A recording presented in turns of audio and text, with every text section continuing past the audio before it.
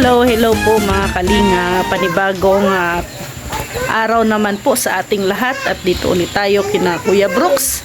Ayan, at kakausapin po natin si Kuya Brooks tungkol po doon sa kanyang live nung nakaraang araw tungkol sa crop top.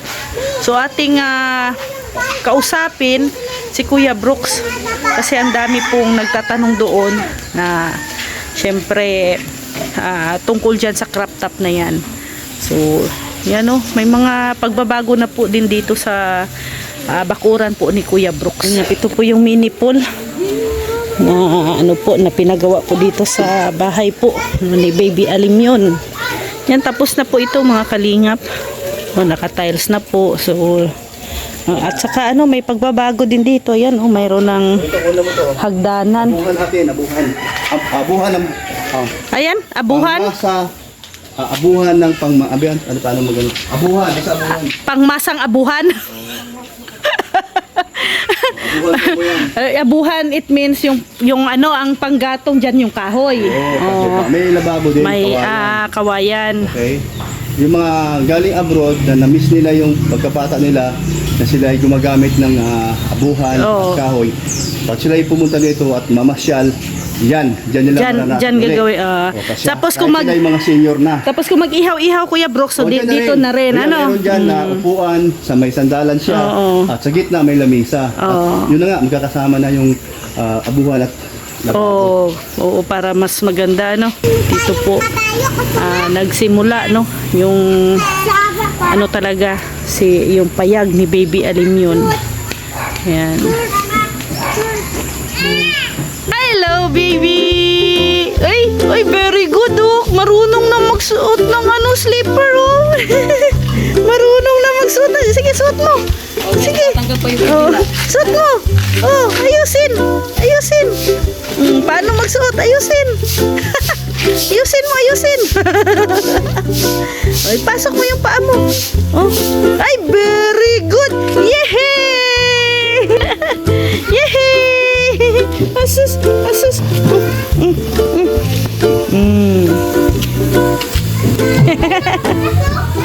Oo, mabasa ka dyan.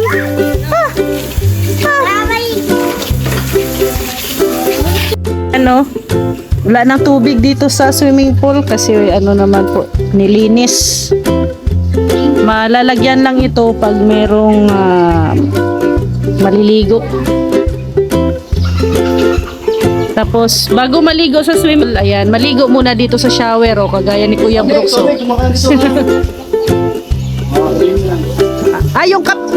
Yung kapitbahay mo Kuya Brooks dyan na din na umiigib. May host. Yung mga babae pa mga inisip na lalaki. Pinabili ko na lang puso. Tapos nila yan. Doon na. Tapos na lang dito. Ay, grabe talaga si Kuya Brooks. Ganyan dapat ang kapitbahay. Ria.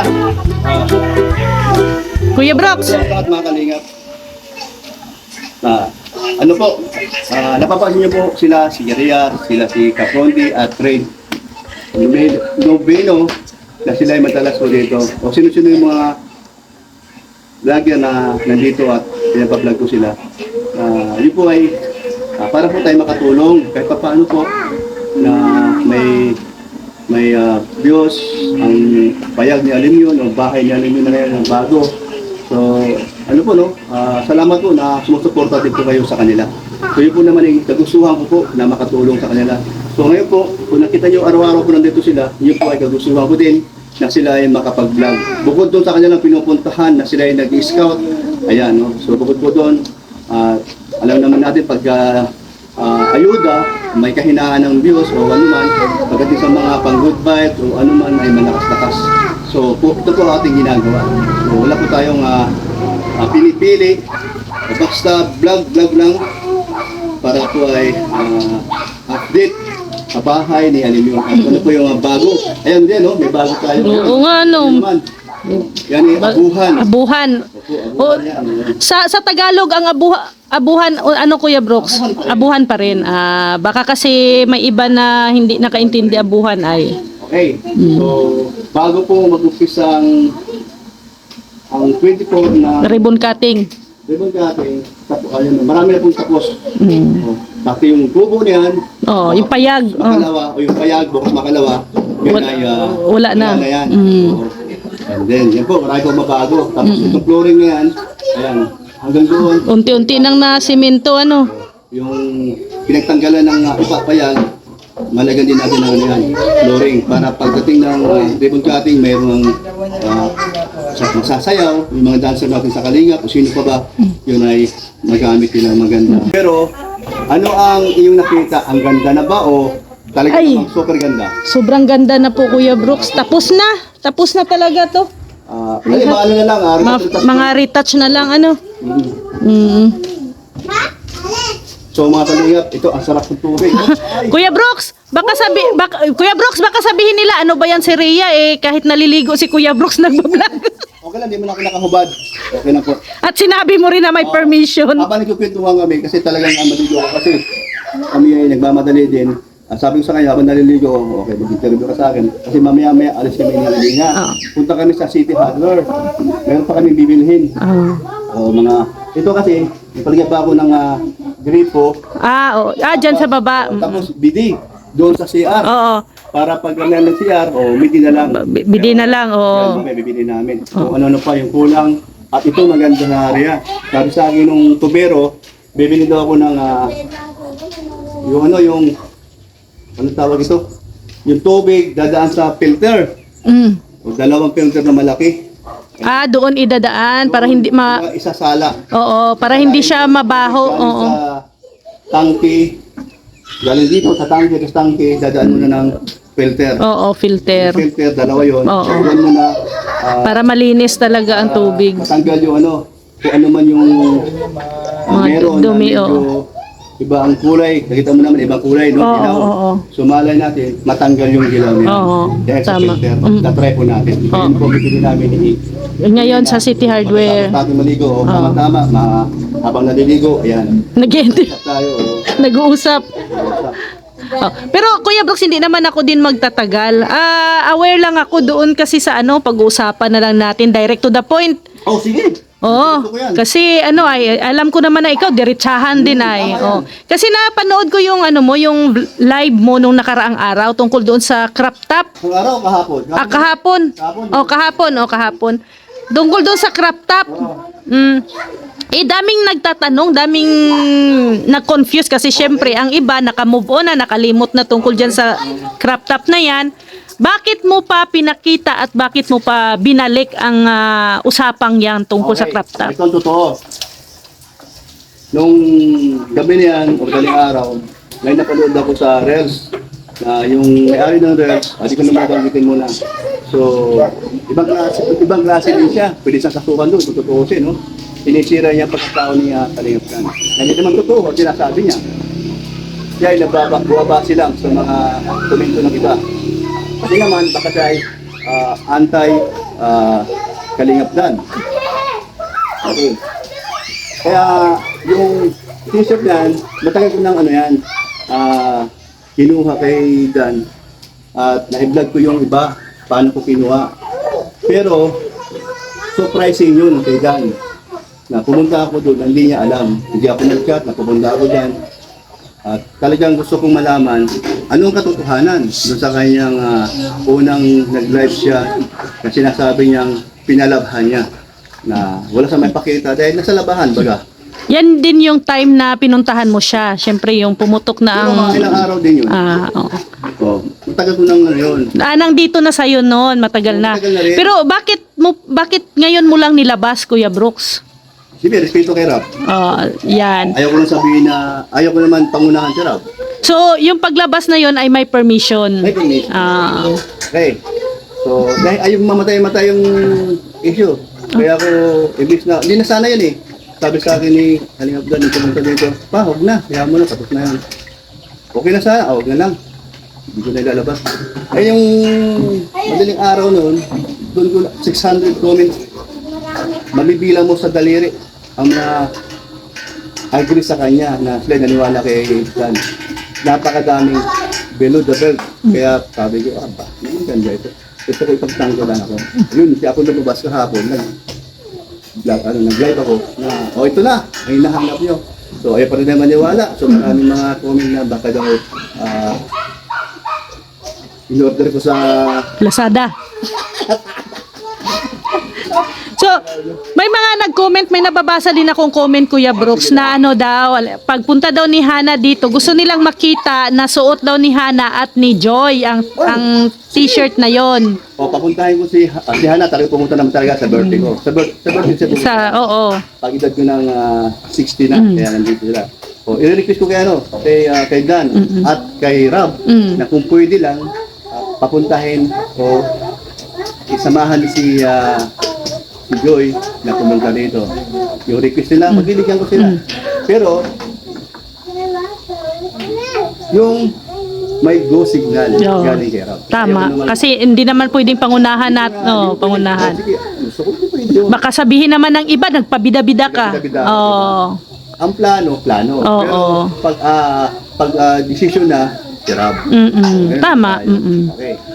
Mas maganda yun. Kasi- Sige, ayan yung dumating na yung time yan. Oo. Mas maganda yun. Oo.